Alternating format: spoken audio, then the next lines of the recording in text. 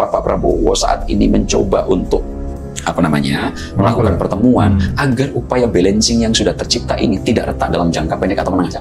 Pak Prabowo membutuhkan stabilitas politik yang jauh lebih memadai guna untuk melancarkan semua program yang sedang disusun, Jang. Dua kekuatan politik ini silaturahim cukup relevan gue lihat untuk menjaga program-program Pak Prabowo minimal, Jang, ya, jangka menengah atau jangka pendek ini.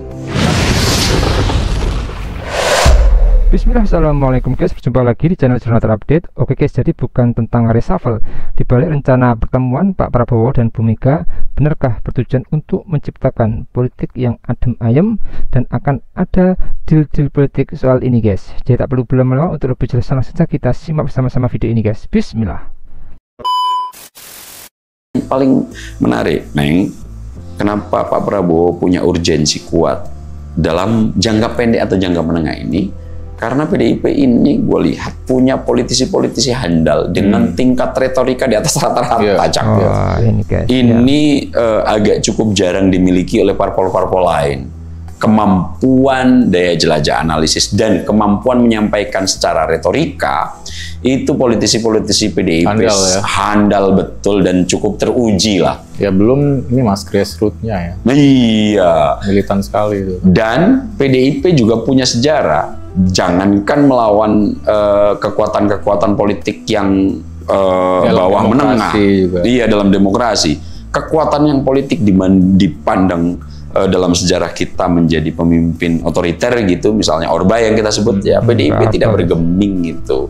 Nah di sini ada urgensi yang paling menonjol berikutnya. Nah yang paling penting itu juga gue lihat kenapa Pak Prabowo saat ini mencoba untuk melakukan pertemuan agar upaya balancing yang sudah tercipta ini tidak retak dalam jangka pendek atau menengah, Jang. Karena gue sangat yakin, Jang, ya, dalam 3 tahun pertama, 2 tahun sampai 3 tahun pertama ini, Neng, Pak Prabowo membutuhkan stabilitas politik yang jauh lebih memadai guna untuk melancarkan semua program yang sedang disusun, Jang. Kita tahu program-program Pak Prabowo ini kalau kemudian kita masih gaduh, agak cukup terrealisasi, agak cukup sulit untuk terrealisasi dengan masif baik. Semua itu mas. Masif semua, Jang. Butuh pembiayaan besar, butuh anggaran yang cukup harus dikalkulasi dengan sempurna, dan butuh dukungan politik serius dari semua kekuatan politik. Karena apa? Kebijakannya populis, makan bergizi gratis, cek kesehatan gratis, koperasi merah putih, kemudian sekolah rakyat. Yang ini semua program-program membutuhkan elaborasi yang lebih jauh. Jika PDIP nanti bergabung, meskipun sampai detik ini tadi peran yang salah satu dimainkan PDIP sudah mendukung itu, jika kemudian ini tidak dipecah di tengah jalan, ini akan sangat cukup luar biasa membantu Pak Prabowo. Mungkin kohesinya bisa dipertahankan, Jang, dalam waktu jangka pendek atau jangka menengah. Dan ini masih boleh aku tambahin dikit ya. Iya. Karena Gerindra kan pernah bersama PDIP jadi oposisi juga, mas. Iya betul. Dia tahu persis kartunya seperti apa. Iya. Makanya Pak Prabowo pengen menegaskan mungkin ya, mau di mana stance PDIP berada gitu. Betul. Nah, mungkin silaturahim atau silaturahmi yang dibahasakan oleh politisi-politisi PDIP ini agak cukup baik dilakukan oleh dua tokoh yang saat ini gue pandang sebagai kekuatan politik terbesar di Indonesia di antara 4 pagu bumi ini, Cang. Sekarang gue melihat Pak Jokowi sudah mulai bergeser kekuatannya setelah ada penyesuaian dalam tanda kutip melalui rute amnesti abolisi yang dilakukan Pak Prabowo. Kemudian ada pernik-pernik sedikit, banyak pengungkapan kasus-kasus yang lama terpendam, misalnya Sylvester Matutina yang ternyata terpidana 6 tahun lalu belum dieksekusi, sampai sekarang gue lihat sudah tidak tampil lagi tuh di televisi-televisi. Yang terbaru Noel Wamenaker kena operasi tangkap tangan KPK. Baru banget ini ya. Baru banget ini. Nah, mungkin kita bahas khusus itu, Jam, ya. Tapi sekarang kita jadikan sebagai backbone indikatornya aja. Bahwa Pak Jokowi sudah sepertinya agak cukup mulai bisa disesuaikan dalam tanda kutip pasca amnesti abolisi. Jangan lupakan ex-menteri Pak Jokowi, Mas. Siapa? Pak Yakut. Oh iya. Pak Nadiem Makarim, semua juga sedang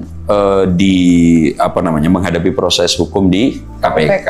Nah ini juga gue nggak tahu nih ya, KPK kan selama ini dinarasikan masih dalam tanda kutip dikuasai oleh geng Oslo gitu ya.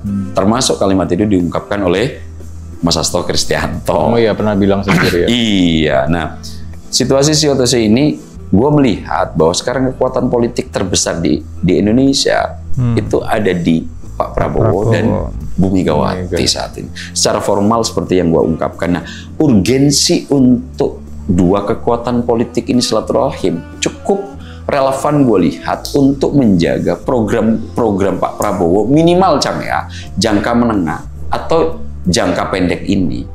Karena gue yakin 2 tahun menjelang nanti pemilu 2029, kohesi ini agak cukup sulit untuk bisa berpadu-padu karena mereka udah nggak sempat lagi ya. Betul, karena itu nanti sudah akan menghadapi kontestasi Pilpres dan Pileg 2029.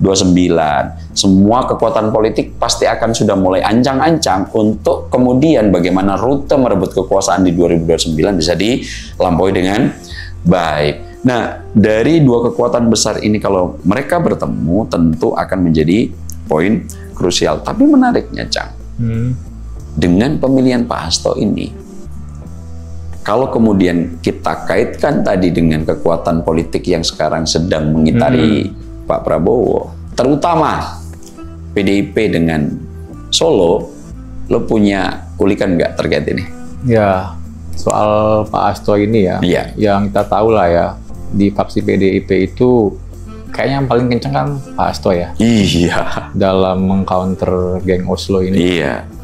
Kita tahu juga di belakang Pak Hasto juga masih ada Mas Nanan juga.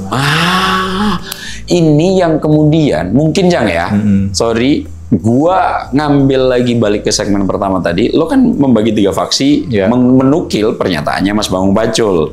Ada faksi yang ingin bergabung dengan pemerintahan, ada yang bersikap wait and see, ada yang kemudian udahlah kita ada di seberang aja. Nah, mungkin selain Mas Hasto, representasi tokoh mungkin Mas Nanan ya. Iya, dan Mas Nanan kan bisa dibilang anaknya ibu ya. Ya. Mbak Puan anaknya bapak.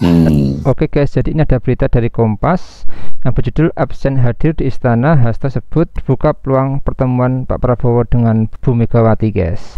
Meski tidak hadir di Istana Merdeka saat upacara peringatan detik proklamasi kemerdekaan RI Minggu 17 Agustus 2025, Ketua Umum PDI Perjuangan Megawati Soekarno Putri disebut telah menitipkan salam untuk Presiden Prabowo Subianto. Pertemuan kedua tokoh pun masih terbuka. Seperti diberitakan sebelumnya, Megawati tidak mengikuti upacara di istana bersama Presiden Prabowo, para pejabat tinggi negara, serta mantan Presiden Wakil Presiden karena memilih menggelar upacara bersama pengurus PDIP dan ratusan kader di sekolah partai PDIP di Lenteng Agung, Jakarta Selatan guys. Sekretaris Jenderal PDIP Hasto Kristianto seusai upacara HUT ke-80 RI di sekolah partai PDIP mengatakan sejak tahun lalu Megawati memilih untuk merayakan peringatan kemerdekaan sekolah partai sehari sebelumnya. Megawati juga hadir dalam pengukuhan pasukan pengibar bendera pusaka di istana dan telah menitipkan salam kepada Presiden Prabowo guys. Tentu semua ini masih menunggu guys kapan pertemuan antara Bu Mega dan Pak Prabowo ini terjadi guys. Tentu ini akan diharapkan terjadi konstelasi politik yang sangat-sangat baik guys dan ditunggu oleh masyarakat. Jadi mungkin itu guys yang bisa saya jelaskan untuk video kali ini. Bagaimana menurut kalian soal video ini? Tulis komentar bawah ini guys ya. Saya izin pamit dulu. Wassalamualaikum warahmatullahi wabarakatuh.